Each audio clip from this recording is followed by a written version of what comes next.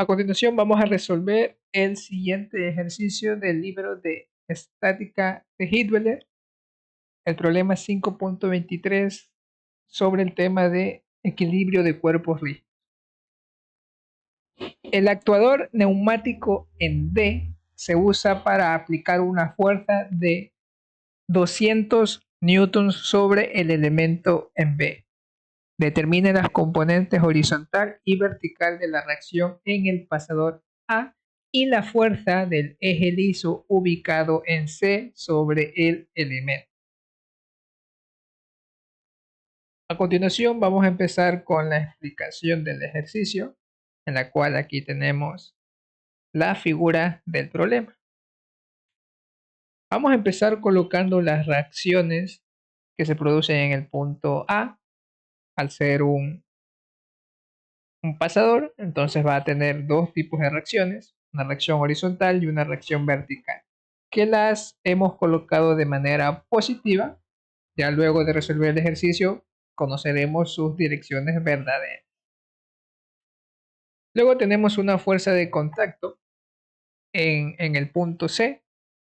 El problema menciona que es liso, por ende solo se genera una componente, de manera que la fuerza C con respecto a esta línea de 600 milímetros que vendría siendo el eje de esa parte, formen 90 grados. La estructura se encuentra en equilibrio, por lo que utilizaremos las condiciones de sumatoria de momentos, sumatoria de fuerzas en X y sumatoria de fuerzas en Y para poder encontrar las reacciones que nos solicitan. Primero vamos a efectuar momento con respecto al punto A. Tenemos ahí la figura y establecemos la condición. La fuerza F, que se encuentra en el apoyo B, puede ser descompuesta tanto en una componente horizontal y vertical, teniendo en cuenta el ángulo de inclinación que forma con la horizontal, que es de 60 grados. Ahora, esas dos componentes con respecto al punto A, únicamente la reacción vertical es la que me va a generar el momento, ya que la componente horizontal pasa por el punto a través de ese eje.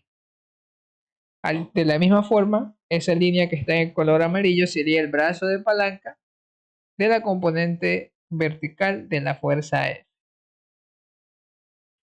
Ahora, con respecto al punto C, se podría realizar una descomposición también de esa fuerza y encontrar los diferentes brazos de palanca, tanto horizontal como vertical, para cada una de las componentes, ya que de esta fuerza ninguna componente pasa por el eje A, por lo tanto ambas generan momento.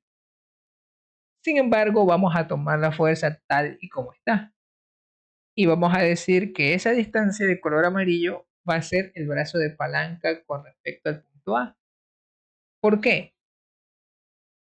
Si colocásemos aquí esta figura de este triángulo que se forma, podemos ver que la línea amarilla y con este cateto que une el punto A y el extremo final de la línea amarilla, de manera que aquí se forma un ángulo de 90 grados, nos va a permitir calcular esta distancia, que ya conocemos parte de su dimensión, que son 600 milímetros. Nos tocaría determinar este pedazo de aquí, en la cual, si podemos observar, también se genera un segundo triángulo. Ahora, la ecuación quedaría de la siguiente manera. La componente vertical genera un momento antihorario positivo, denotado por F por el seno del ángulo de 60 grados y por el brazo de palanca, que serían los 800 milímetros o 0.8 metros. Luego, la fuerza C genera un momento horario negativo con respecto al punto A. y sería el producto de la fuerza por la distancia. Distancia que es 600 milímetros o 0.6 metros más esta pequeña distancia que nos falta por determinar, que la vamos a llamar D. Ahora, vamos acá a colocar el triángulo para poder ver cómo es que se podría determinar este valor que nos falta. Tenemos ahí las dimensiones conocidas y la variable a determinar, así como la delimitación del segundo triángulo que se forma. Nuestro objetivo será determinar ese ángulo. Por lo tanto, vamos acá a hacer una explicación aparte. En el punto en el que cual estas dos rectas de color verde forman 90 grados, he decidido poner unas rectas simplemente como ayuda, ya que en el ejercicio se me da un ángulo de 15 grados que forma la vertical con la línea inclinada de 600 milímetros, que vendría siendo ese ángulo. Ahora, ¿cómo hago para que ese ángulo yo lo pueda colocar dentro de ese triángulo? Aplicando lo siguiente. Trazamos una línea horizontal de manera que el ángulo que va a estar formado entre estas dos líneas obviamente es 90 grados. Son dos ejes ortogonales.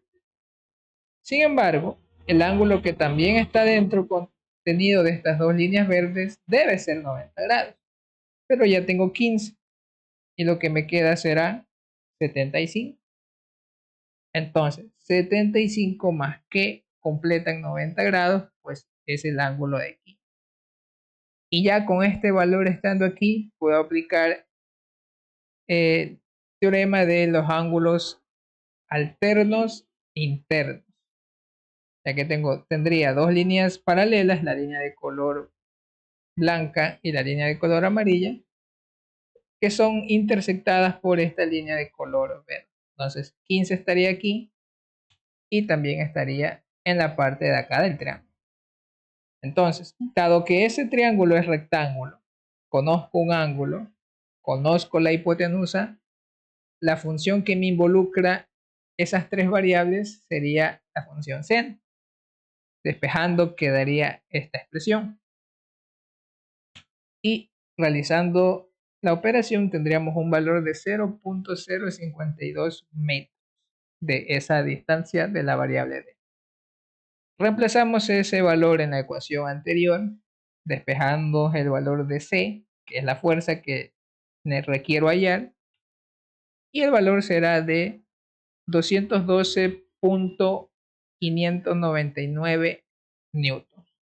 Positivo, eso quiere decir que la fuerza que hemos asumido pues va en esa dirección. Ahora nos toca determinar las demás componentes en el punto A. Para ello vamos a ocupar la condición de sumatoria de fuerzas. Primero vamos a empezar por la sumatoria de fuerzas en el eje X. Para ello aquí tenemos la figura con las componentes para de esta manera poder sumar. Además necesitamos conocer el ángulo de inclinación de la fuerza C para poder descomponer. Vamos a seguir un criterio parecido al anterior. El ángulo de 15 grados que se forma con la vertical y la línea inclinada de 600 milímetros corresponde a este valor en la parte superior entre la línea de color amarillo y la línea de color negro, ya que esa línea y esta línea son paralelas y la línea de color amarillo tiene la misma dirección de los 600 milímetros. Entonces ese ángulo se mantiene ahí. Ahora, asimismo, la línea de color amarillo y la fuerza roja tienen que aquí contener un ángulo de 90 grados, son perpendiculares. Por lo tanto, si 15, para completar los 90 me faltan 75 con respecto a esta línea negra, y 75 más que completo 90 entre la amarilla y la línea de color rojo, pues 15 grados también. Entonces ese ángulo es el que me va a permitir descomponer la fuerza y vamos a obtener lo siguiente.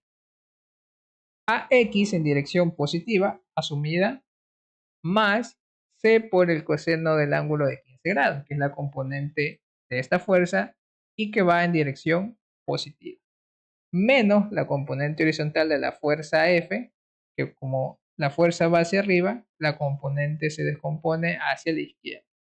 De esa expresión despejamos el valor de AX y vamos a obtener un valor de menos 105.354 newton.